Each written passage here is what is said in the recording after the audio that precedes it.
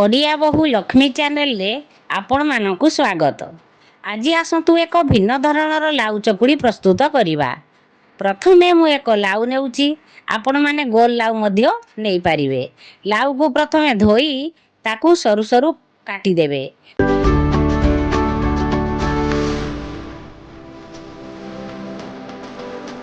ठीक एही परी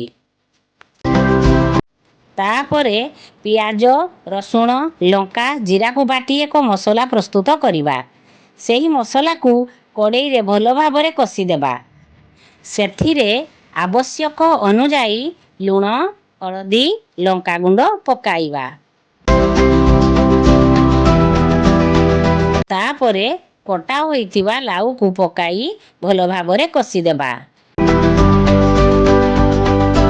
एपटे भिजा होइथिबा चाउल रे अल्प रसुण जीरा लंका पकाई बाटी देबा। प्रस्तुत होइथिबा मसला रे एबे पिठौ पकाई भल भाबरे गोळाई देबा। तापरे तावा रे तेल देई तैयारी होइथिबा पिठौ को चकुड़ी बनेइबा। प्रस्तुत होई गला लाउ चकुड़ी।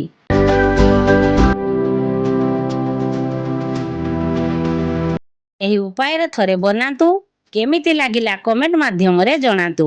वीडियोटी जदि भलो लागिछि मो चैनल को लाइक सब्सक्राइब करंतु। वीडियोटी अति मात्रा रे शेयर करंतु। धन्यवाद।